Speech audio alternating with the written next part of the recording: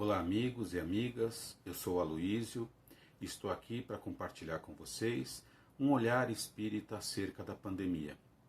E para começo de conversa, um aspecto importante que eu gostaria de ressaltar é a nossa posição na Terra.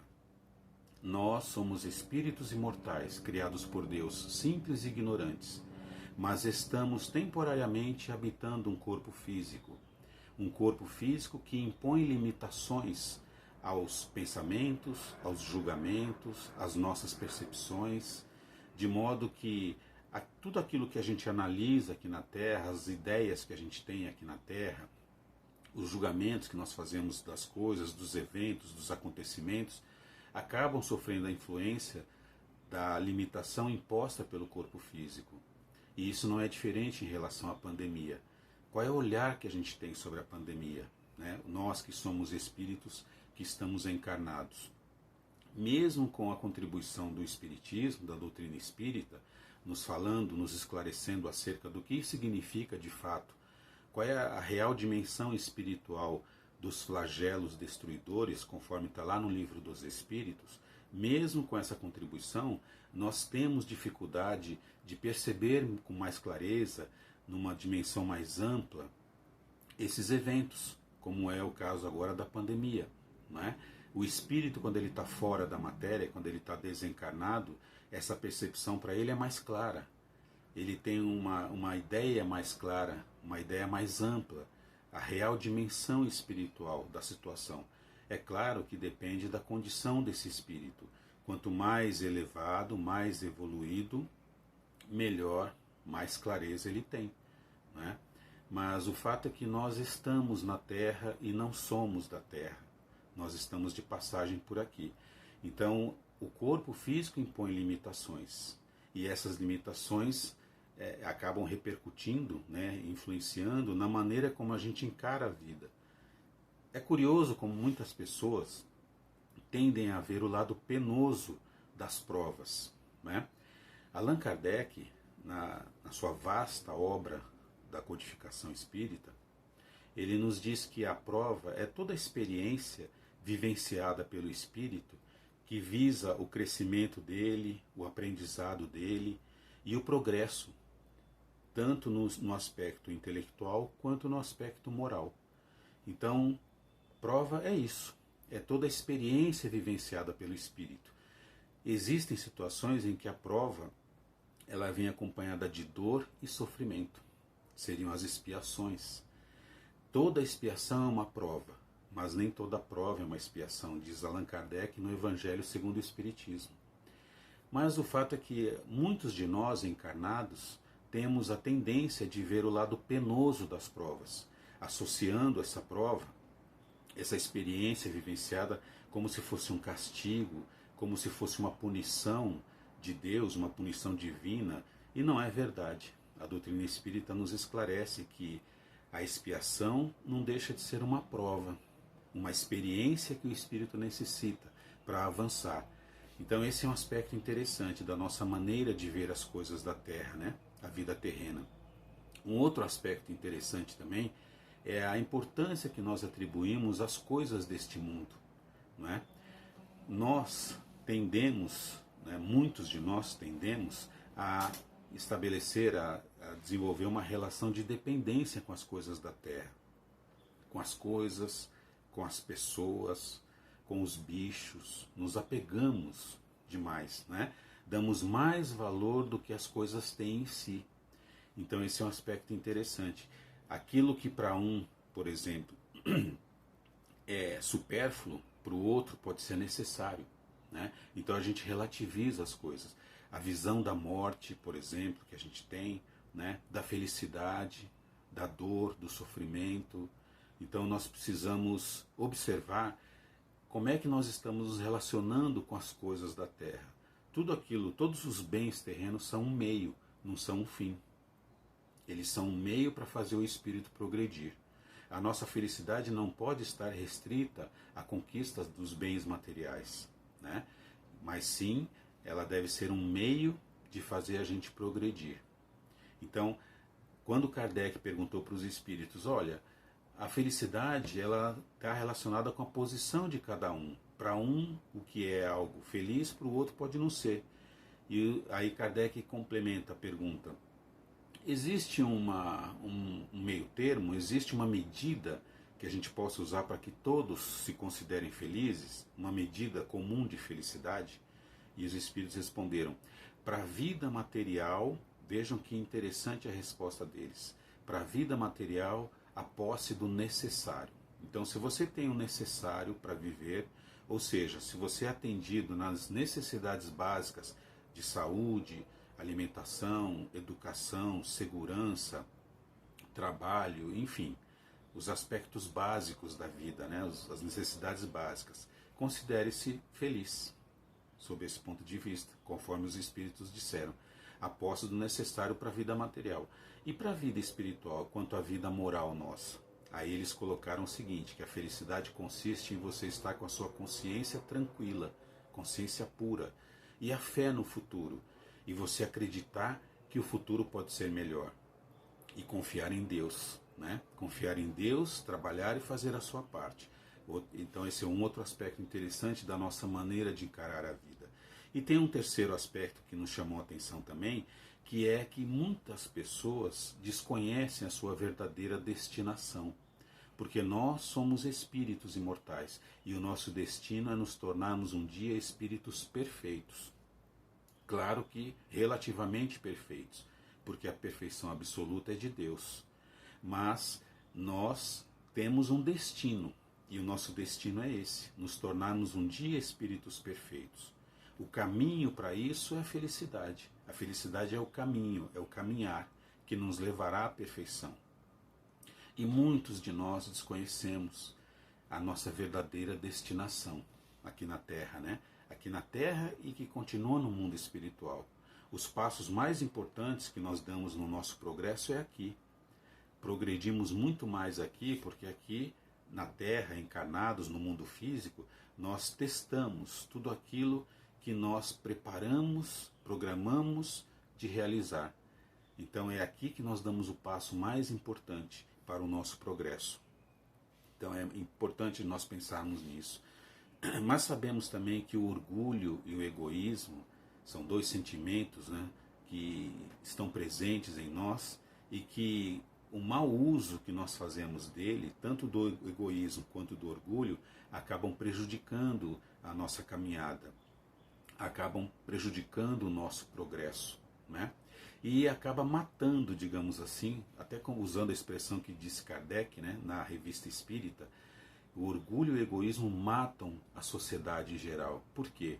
Porque, vejam, nós somos seres sociais, precisamos uns dos outros, precisamos nos relacionar com os outros, com a vida social, com a sociedade, para que nós possamos desenvolver os valores fundamentais da vida, aprimorar os nossos sentimentos, aprimorar as nossas qualidades morais, desenvolver as nossas virtudes.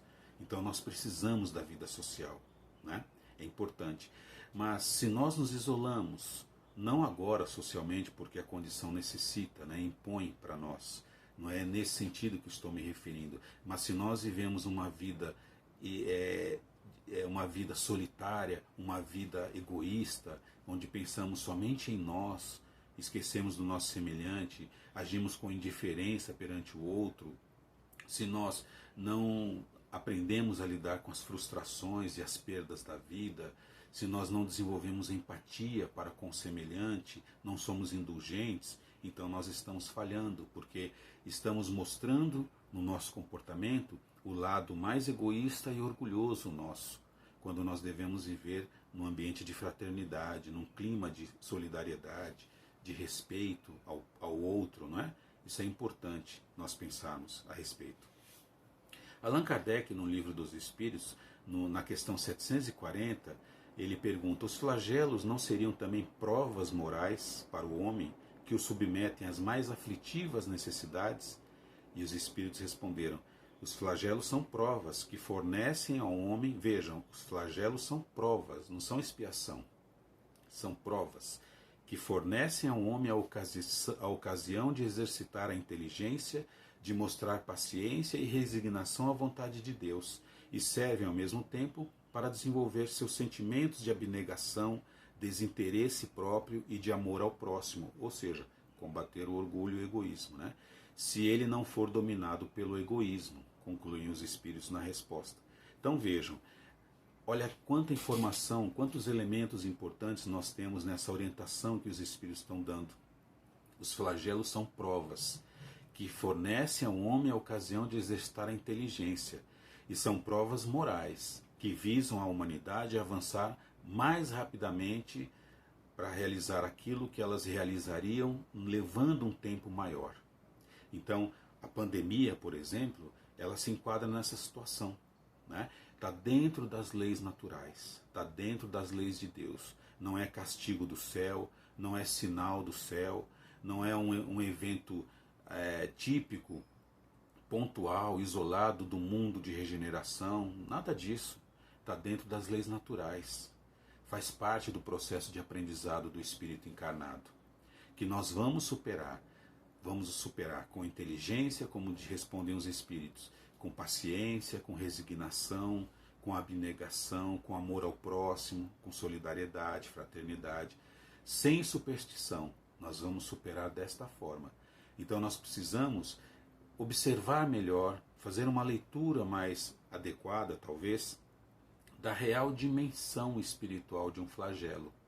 Aliás, até a palavra flagelo destruidor, né, é um termo que o ser humano usa porque ele pensa nos prejuízos que o flagelo causa, né, nos prejuízos que traz uma pandemia. Então veja já o olhar penoso, né, o olhar ruim, negativo sobre o flagelo. A gente tem que começar a observar que o flagelo ele é uma prova que visa a humanidade avançar mais rapidamente, né? É importante nós começarmos a observar os elementos que os espíritos nos trazem, as informações que eles nos trazem, para observarmos, percebermos melhor o conceito, a definição que eles trazem e como isso pode nos ajudar a vivermos melhor, a modificar as nossas concepções de vida, não é? Então os flagelos, a doutrina espírita nos oferece elementos para que nós possamos compreender a real dimensão espiritual dos flagelos, né, da pandemia que a gente vive no momento, por exemplo, que é uma consequência natural da lei de Deus, da lei divina. Lei de Deus é o mesmo que lei divina. O flagelo é uma prova que visa acelerar o melhoramento moral, tanto do indivíduo quanto da sociedade. Então essa pandemia está nos possibilitando esse tipo de mudança, de reflexão, de repensar as nossas concepções de vida, né? De observarmos que tudo é oportunidade para nós aprendermos, se nós desejarmos assim. Então tem aqueles que diante da pandemia negam a pandemia, cada um tem um comportamento diferente, né? Tem aqueles que adotam comportamentos oportunistas, vendem o gás num preço dobrado, né, vende medicamento, começa a assumir medicamento essencial para o processo de UTI, por exemplo. Tem gente que está cobrando pela vacina, né? Isso é tudo comportamento oportunista. Tem aqueles que divulgam informações falsas, ou sem fundamentação científica, ou se no caso for espírita, sem fundamentação doutrinária. E tem aqueles que têm sensibilidade suficiente e necessária para perceber o que está acontecendo. E, além disso, de contribuir com a sua participação, entendendo que a solução desse problema não é uma solução individual, mas coletiva, né? É uma solução que une os esforços de todas as esferas do governo, de toda a sociedade, dos espíritas, de todo mundo. É uma solução coletiva. A minha atitude individual, o meu comportamento repercute no coletivo. Então a pessoa tem que ter consciência disso. E a doutrina espírita nos ajuda, nos oferece elementos para nós pensarmos assim. Veja, nós precisamos perseverar no enfrentamento das incertezas que estão presentes nesse cenário da pandemia. A gente não sabe, quem diria de nós que há um ano atrás, né, a gente poderia pensar que agora, atualmente, estaremos passando por tudo isso, numa situação mais grave, mais complexa, mais complicada. Quem diria? Quem poderia imaginar? No entanto, nós estamos. Então, nós estamos num cenário de incertezas. né? Por mais que a ciência tenha avançado no conhecimento do vírus, da doença, ainda existem perguntas e respostas, perguntas a serem feitas e respostas que precisam ser buscadas. A ciência avança, a inteligência do ser humano se desenvolve, mas é importante, diante de um cenário como esses, que a gente não sabe quando o estudo vai terminar, a gente não sabe se a vacina de fato vai dar o efeito desejado, quando toda a população será imunizada, né? Nós estamos acreditando, nós precisamos acreditar, e isso é ter esperança. Esperança é acreditar que, a despeito de tudo o que acontece, apesar de todas as dificuldades e todas as limitações, a gente continua acreditando, seguindo em frente, dando um passo depois do outro, fazendo a nossa parte, porque isso é o certo a ser feito nesse momento, não é? E a doutrina espírita nos oferece essa possibilidade, nos traz elementos para nós compreendermos a dimensão espiritual daquilo que estamos passando nesse momento.